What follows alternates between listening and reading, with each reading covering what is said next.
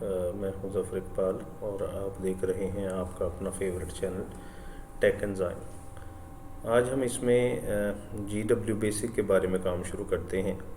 ऐसे तमाम लोगों के लिए, ऐसे तमाम स्टूडेंट्स के लिए, दोस्तों के लिए जिनको 10th क्लास में GW बेसिक का प्रॉब्लम है, उसके लिए हम थोड़ा सा काम करते हैं। देखते हैं सबसे पहले ये काम हमने करना कैसे है। तो अगर तो हमारे पास विंडोज़ इंस्टॉल हो और 7 इंस्टॉल हो तो फिर हम यहाँ पे जाके कमांड प्रॉम्प्ट, जैसे कि ये मैं देखें लिखता हूँ CMD लिखा जाता है आमतौर पर। CMD पे जाके उसको ऐसे हम क्लिक करेंगे और ये चल जाएगी और यहाँ से फिर हमें उसको आगे स्टार्ट करना पड़ता है या उसको चलाना पड़ता है और फिर इसको बंद करना पड़ता है। जबकि विंडोज़ 10 जैसा कि यहाँ मेरे पास सिस्टम में भी मौजूद है, अगर आपके पास विंडोज़ 10 है तो फिर ये प्रॉब्लम आपके पास रहेगा कि GW बेसिक विंडोज़ 10 में कमांड प्रॉम्प्ट नहीं चलती। फिर उसके लिए हमें ये करना पड़ता है कि एक और सॉफ्टवेयर है जिसका नाम है डॉस बॉक्स। ये डॉस बॉक्स हमें इंस्टॉल करना पड़ता है, या फिर ये है कि कुछ साइट हमें ऑप्शन देती हैं कि हम उनकी GW बेसिक या उनकी बेसिक इंस्टॉल कर लें। ये जो बेसिक उनकी होती है बेसिकली उसका नाम उन्होंने कुछ थोड़ा सा चेंज कर दिया होता है। जैसे यहाँ पे मैं दिखाता हूँ आपको, ये एक साइट है, इसका नाम है onesoftwares.net और इसमें GW बेसिक फ्री डाउनलोड पड़ी हुई है। ये मैंने यहाँ पे ये देखें, ये टाइटल है हमारे सामने GW बेसिक फ्री डाउनलोड, ठीक है। ये 2019 सितंबर जो है उसकी ये पोस्ट है, या उस वक्त ये अपलोड किया गया। ये यहाँ से आप इसको GW basic.exe ज़िप जो है ये 12.7 MB की, इसको आप डाउनलोड कर लेंगे। जब आप डाउनलोड करेंगे तो ये आपके पास आपके डाउनलोड फोल्डर में आ जाएगी। यहाँ पे देखें, मैं आपको दिखाता हूँ, ये डाउनलोड फोल्डर जो है इसमें GW बेसिक आ जाती है हमारे पास। ये देखें, यहाँ पे मैंने डॉस बॉक्स भी किया था, ठीक है जी। और ये आगे GW बेसिक जिसकी मैं आपसे बात कर रहा था, इस वक्त इसका नाम इसने PC बेसिक रखा हुआ है। अब हम इसको जब डबल क्लिक करते हैं तो ये ऑटोमेटिकली इंस्टॉल हो जाती है। सिर्फ आपने नेक्स्ट नेक्स्ट करते जाना है इसमें। अच्छा, उसके बाद जब ये हमारे पास इंस्टॉल होगी, अब हमें कुछ नहीं करना, सिंपली जाएं हमारे स्टार्ट मेन्यू पे क्लिक करें, PC बेसिक लिखा हुआ है, ये देखें, ये बेसिक हमारे सामने खुल गई। अब सिंपली उसने किया क्या है, इसका नाम बदल दिया है, GW बेसिक से इसका नाम PC बेसिक कर दिया, और कोई फ़र्क नहीं पड़ा।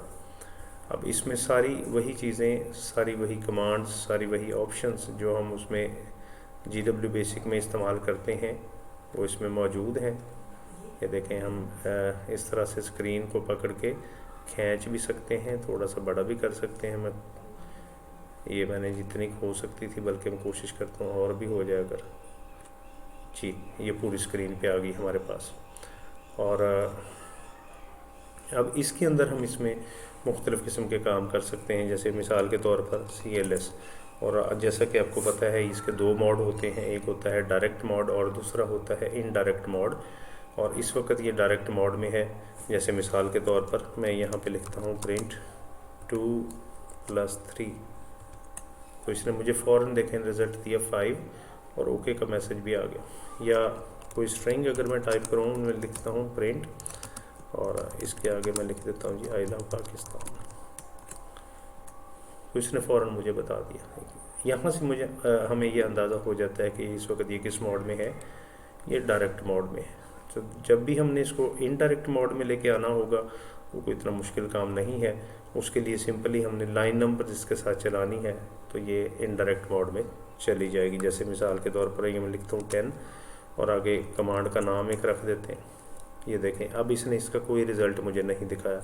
इसका मतलब है कि ये प्रोग्रामिंग मोड इसका स्टार्ट हो गया। 10 के बाद 20 और यहाँ पे हम कुछ लिख देते हैं। जैसे मिसाल के तौर पर मैं कहता हूँ जी प्रिंट, ये हम वेलकम कर लेते हैं, welcome to GW basic.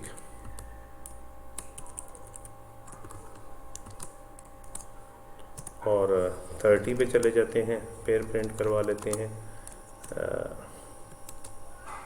We are working in GW basic तो जी इतना रखते हैं। ये करने के बाद मैं इसको सेव करूँगा। तो यहाँ पे देखें, अगर आप गौर करें, ये लिखा है लिस्ट, रन, लोड, सेव, ये 4 लिखा हुआ, 4 मीन F4। मैं F4 दबाता हूँ, ये देखें ये सेव लिखा हुआ आ गया। इस तरह से भी हम कर सकते हैं, या मैं ये करता हूँ कि मैं लिख दूँ सेव, डबल कोट्स में फ़ाइल का नाम जो मैं रखना चाहूँ, जैसे file1, डबल कोट्स में क्लोज करके एंटर दे। तो ये ओके का मैसेज आया, इसका मतलब फ़ाइल हमारी सेव हो गई। इस सारी स्क्रीन को मिटाना है तो हम लिखेंगे CLS, ये स्क्रीन सारी वाइप आउट हो गई, मिट गई। अब इसको हमने पहले तो देखना है कि ये जो मैंने कमांड्स दी हैं, जो फाइल बनाई, ये मौजूद भी है कि नहीं है। तो ये लिखा हुआ लिस्ट, मैं F1 दबाता हूँ, लिखा आ गया लिस्ट, ये देखें ये मुझे दिखा रहा है।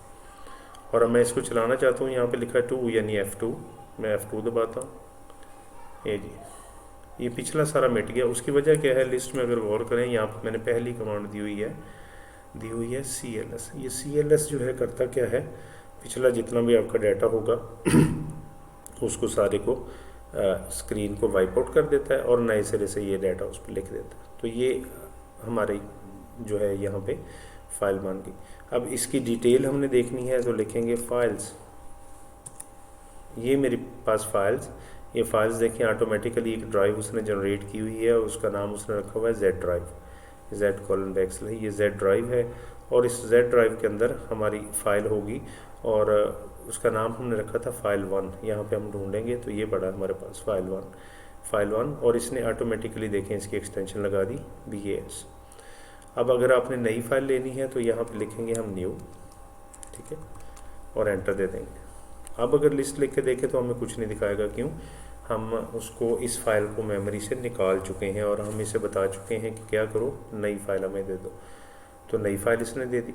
अब नई दे दी तो जब हमने पिछली फाइल पे वापस काम करना होगा तो वो फाइल हमें पहले मेमोरी में लानी पड़ेगी, और उसको लाने के लिए हमें लोड करना पड़ेगा। जैसे ये लिखा हुआ है, F3 प्रेस करें या लिख दें लोड, और आगे फाइल का नाम दे दें, क्या था, file1। अब हम नाम इसका पूरा, ये फाइल्स लिखने से हमें ये आसानी होगी कि जब हम फाइल लिख के एंटर देंगे हमें फ़ाइल का पूरा नाम और उसकी एक्सटेंशन ये एज इट इज़ यहाँ से पता चल जाएगी। ये डबल कोट्स क्लोज और एंटर, इसने कहा ओके।